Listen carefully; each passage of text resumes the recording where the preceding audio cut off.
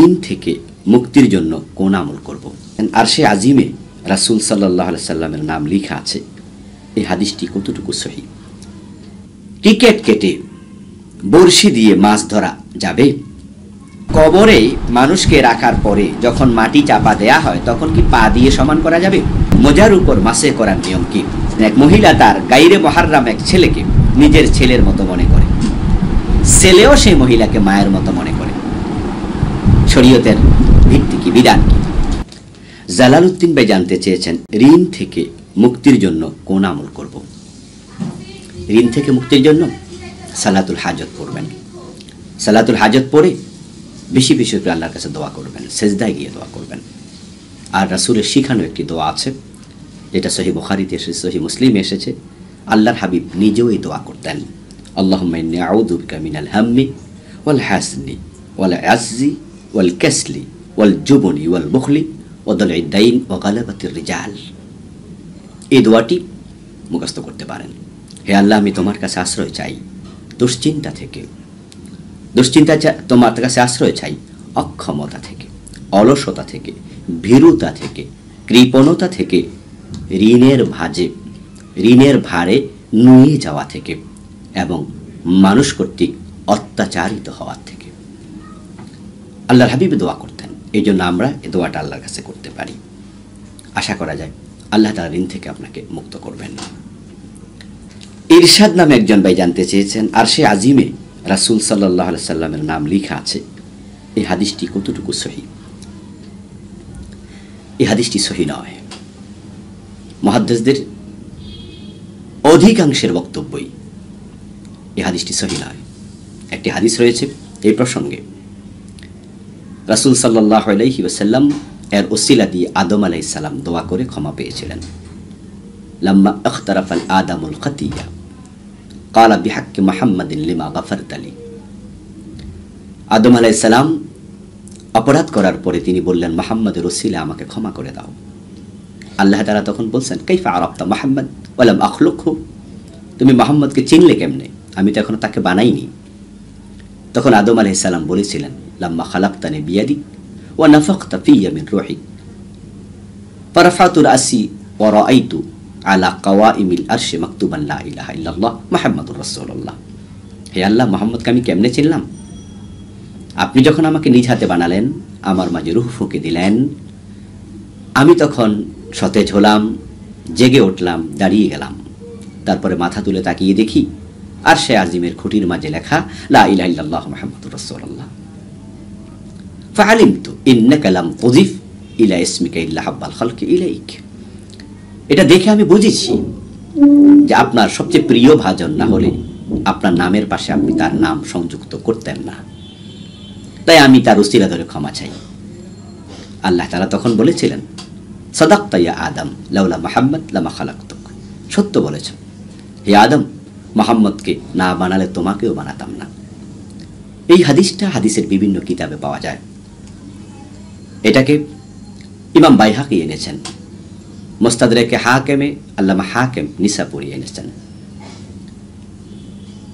কিন্তু এই হাদিস মুহাদ্দিসিনে কেরামদের বক্তব্যের আলোকে গ্রহণযোগ্য নয়। আল্লামা নাসিরউদ্দিন আলবানী বলছেন হাদিসটি মাউদু, জাল।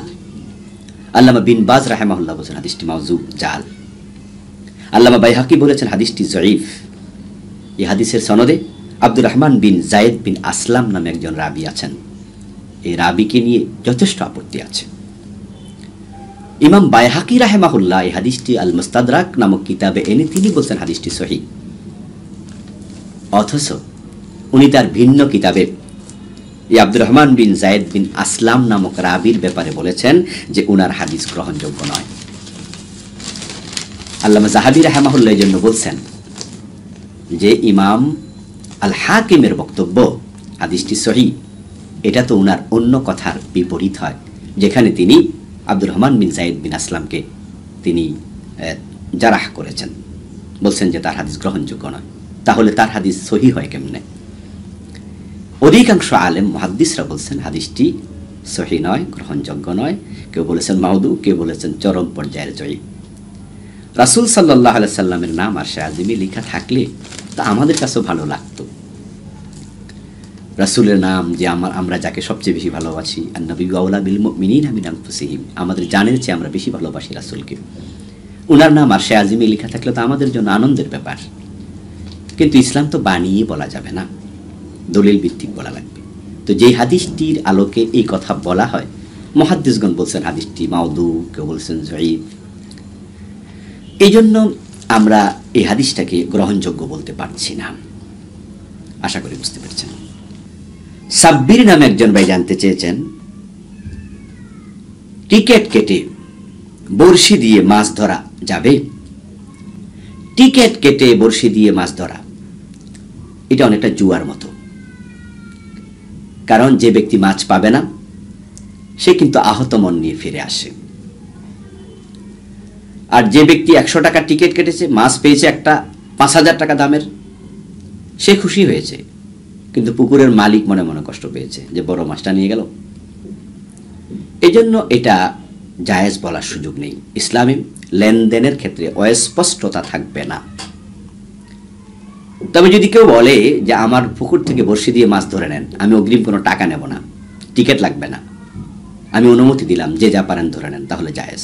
কিন্তু টিকিট কেটে টাকা দেবে তো, এই জন্য এখানে কেউ জিতবে কেউ ঠকবে, জুয়ার সম্ভাবনা থেকে যাবে। এই জন্য কাজটি গ্রহণযোগ্য নয়। সিফাত নামে একজন ভাই জানতে চেয়েছেন, একজন মুরব্বী আমার হস্তরেখা দেখে বলল এমন কিছু কথা আমার জীবন সম্পর্কে যেগুলো আমার সাথে মিলে গেছে, অথচ এই লোকটা তো আমাকে চিনে না, তাহলে কি হস্তরেখা সঠিক? গণকের কথা বিশ্বাস করব?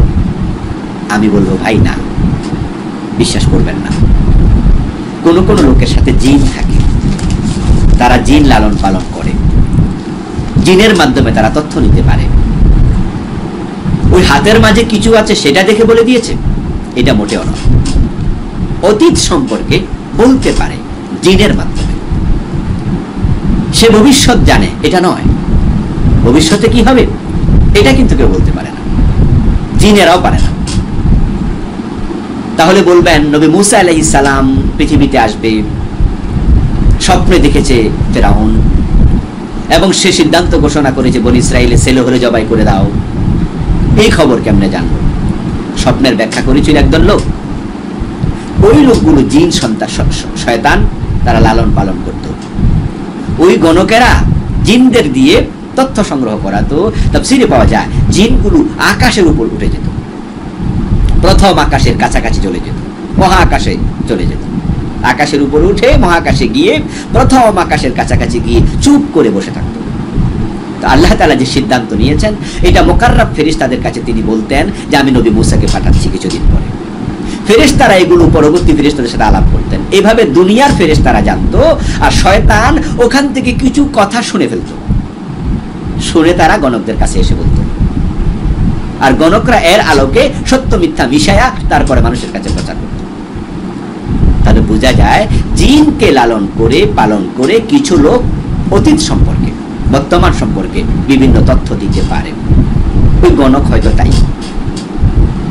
তাই বলে আপনি সে হাতের রেখা দেখে কিছু বলছে, হাতের রেখাতে কিছু আছে তাকদীর, বিশ্বাস করবেন না। তাকদীর হাতের মাঝে নেই, তা হস্তরেখা দেখে বিশ্বাস করার কোনো কারণ নেই। যদি কোনো মানুষের তাকদীর তার হাতের মাঝে থাকতো, তার 2 হাত নাই, সে না খাইয়া মরা লাগতো। এগুলো মিথ্যা। তাকদীর লেখা লৌহে মাহফুজ, এর আলোকে ফয়সালা হয়। সুতরাং গণকের কথা বিশ্বাস করা যাবে না। আলতাফ নামে একজন ভাই জানতে চেয়েছেন, রাসূল সাল্লাল্লাহু আলাইহি সাল্লামের সিরাতের উপরে বাংলায় কোন বই পড়া উচিত? রাসূল সাল্লাল্লাহু আলাইহি সাল্লামের সিরাতের উপরে অসংখ্য বই আলহামদুলিল্লাহ বাংলায় রচিত হয়েছে, অনুদিত হয়েছে। তো আমরা বলবো, আপনারা সিরাত সম্পর্কে যদি জানতে চান তাহলে আর রাহিকুল মাখতুম পড়তে পারেন সিরাত ইবনে হিশাম, সিরাত সরওয়ারে আলম, মানবতার বন্ধু মুহাম্মদুর রাসূলুল্লাহ সাল্লাল্লাহু আলাইহি ওয়াসাল্লাম।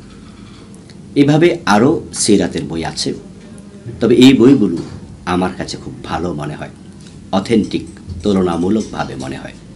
এজন্য আমি সাজেস্ট করছি এই বইগুলো পড়ার জন্য। আব্দুর রাজ্জাক ভাই জানতে চেয়েছেন, আমি মুরগির ফার্মে কাজ করি, সবসময় মুরগির ময়লার উপরে দাঁড়িয়ে কাজ করতে হয়, ওই অবস্থায় কোরআন তেলাওয়াত করা যাবে? আশা করি করা যাবে, কারণ আপনার পায়ে জুতা থাকে, আপনি জুতার উপরে পা রেখে তারপরে মুরগির ময়লার উপরে পা রাখছেন। এটা যদি হয় তাহলে আপনার তেলাওয়াত করতে আপত্তি নেই। ডিরেক্ট যদি আপনি পা রাখেন তাও রাখা যাবে, কারণ একদল আলেম বলেছেন মুরগির যে ময়লা নাজাসাতে গালিজা নয়, এই জন্য পশু পাখির ময়লা, মুরগির ময়লা এগুলোর উপরে পা রেখে আপনি কোরআন তেলাওয়াত করতে পারবেন, একান্ত যদি করতে হয়। আর আমরা বলতে চাই যে আপনি পবিত্র অবস্থায়, সুস্থ পবিত্র অবস্থায় তেলাওয়াত করুন, কোরআনের যে মর্যাদা সেটা পরিপূর্ণভাবেই সতর্কতার সাথে পালন করুন। তাই আপনি তেলাওয়াত করতে বাধ্য না হলে আপনি তেলাওয়াত সরাসরি কোরআন না করে আপনি জিকির আজকারও করতে পারেন। তবে হ্যাঁ, তেলাওয়াত করলে গুনাহ হয়ে যাবে, ব্যাপারটি মোটেও তা নয়। জয়নাল নামে একজন ভাই জানতে চেয়েছেন মোজার উপর মাসে করার নিয়ম কি? মোজার উপর মাসে করবেন? নিয়ম হলো মোজাটা উলামায়ে হানাফ বলেছেন সেটা যেন কাপড়ের মোজা না হয়, সেটা যেন হয় চামড়ার মোজা, শক্ত মোজা, মাসুন আলাল খুফাইন। আর অন্যান্য আলেমরা বলছেন খুফাইন হলেও চলবে, আল মাসু আলাল জাওরাবাইন, সেটা যদি চামড়ার মোজা হয় তাহলে হাদিসে আছে সেটাও তার উপর মাসে চলবে। এখন মাসে করার নিয়ম কি? মাসে করার নিয়ম হলো পবিত্র অবস্থায় এটা পরা লাগবে, ওযু অবস্থায় মোজা পড়তে হবে। তারপরে ওযু ভেঙে গেল, এখন আপনি ভাবলেন যে মোজাটা আমি আর খুলবো না, তাহলে আপনি মোজার উপরে আপনি যখন মাথা মাসে করবেন তারপরে পানি হাতে নিয়ে একটু ঝাড়া দিয়ে ফেলে দিয়ে আপনি মোজার উপর দিয়ে আপনি হাতটা এভাবে বুলাই আনবেন, দুই হাত দুই পায়ের উপর থেকে, তাহলে মাসে হয়ে গেল। মুকিম অবস্থায় আপনি 1 দিন 1 রাত এই কাজটি করতে পারবেন, মুসাফির হলে 3 দিন 3 রাত আপনি এই কাজ করতে পারবেন।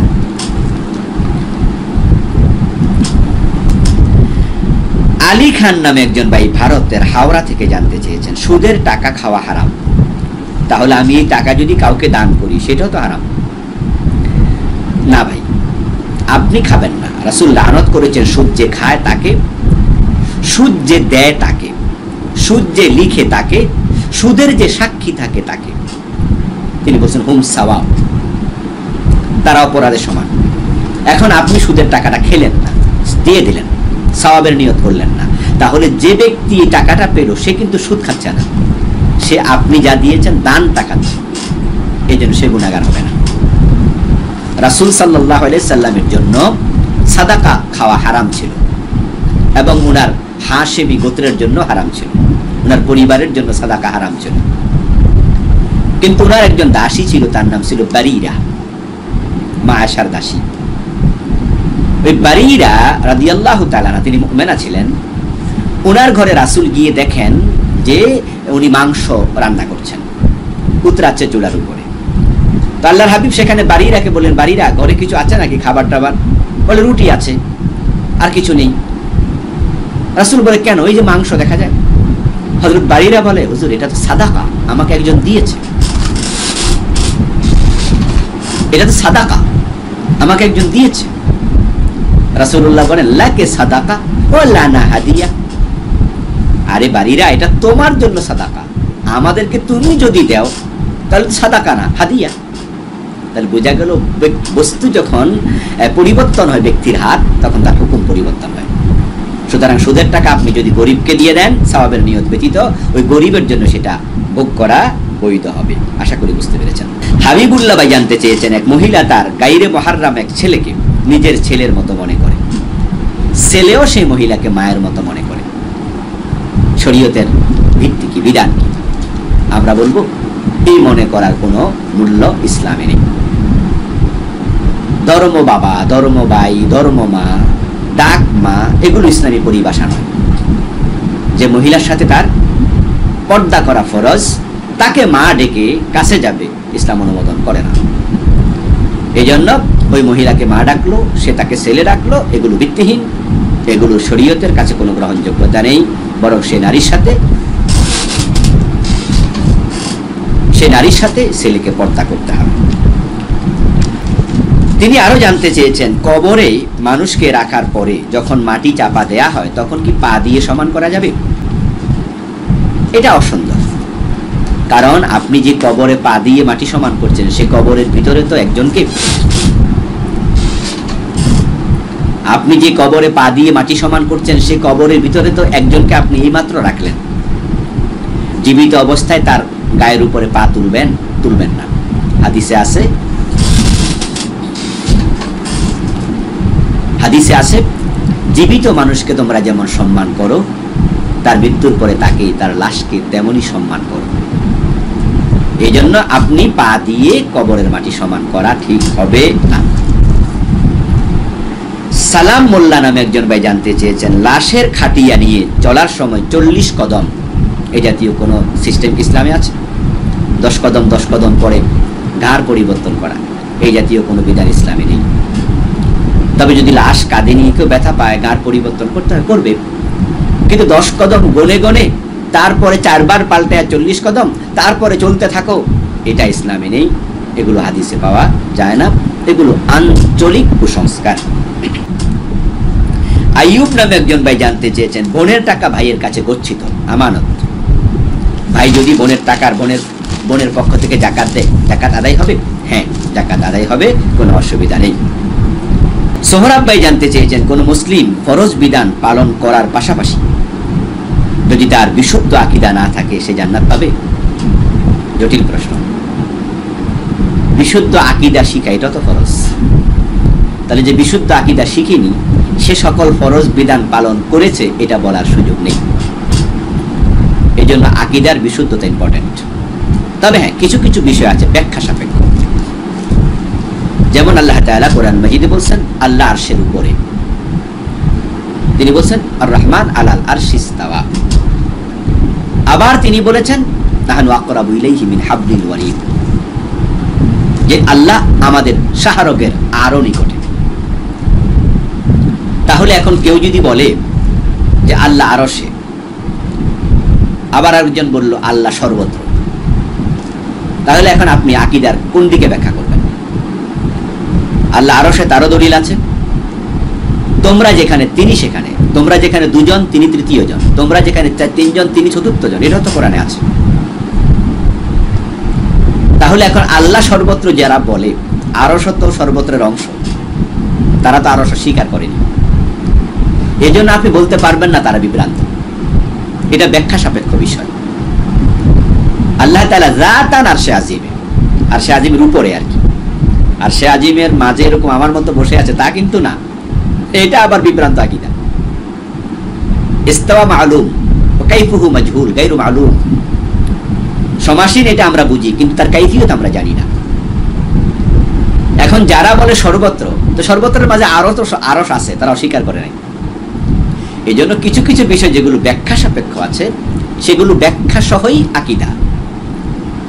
তবে বিশুদ্ধ আকীদা খুব জরুরি, এটা আমাদের শিখতেই হবে, না হয় কিন্তু জান্নাত পাওয়া অনিশ্চিত হয়ে যাবে। কারণ আকীদা মানেই তো ঈমান।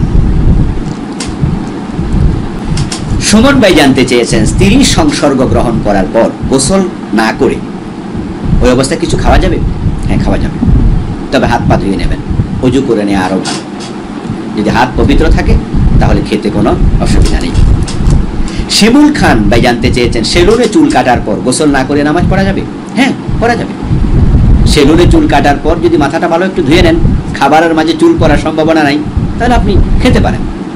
শরীয়ভাবে কোনো নিষেধ নাই, গোসল করা ফরজ নয়। আপনি নামাজ পড়বেন, আপনি খাবেন, আপনি যা ইচ্ছে তাই করবেন, কারণ চুল কাটলে ওযুও ভাঙে না, গোসলও ফরজ হয় না, কোনো অসুবিধা নেই। শাহিন নামে একজন ভাই জানতে চেয়েছেন, আমি জানি বিবাহ বহির্ভূত সম্পর্ক হারাম, কিন্তু যদি কাউকে মনে মনে পছন্দ করি সেটা কি হারাম হবে? না, বিবাহের জন্য মনে মনে পছন্দ করা অনুমোদিত, কিন্তু সে পছন্দ যেন আবার শয়নে স্বপনে স্মরণ করা না হয়, তাহলে এটা নাজায়েজ হয়ে যাবে।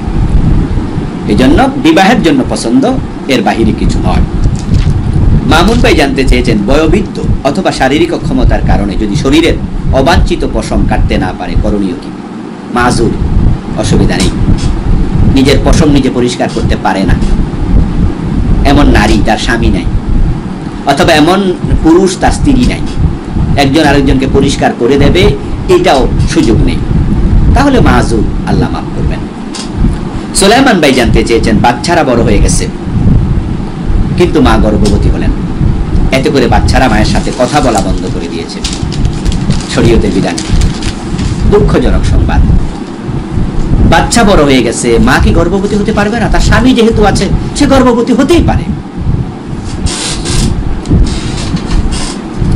এমন নারীর সাথে তার সন্তানরা কথা বলে না, কষ্ট দেয়, এটা বড় পরিতাপের, এটা ঠিক নয়। এই সন্তানদের মায়ের কাছে ক্ষমা চাওয়া উচিত। আল্লাহ ক্ষমা করুক, আমরা দোয়া করি।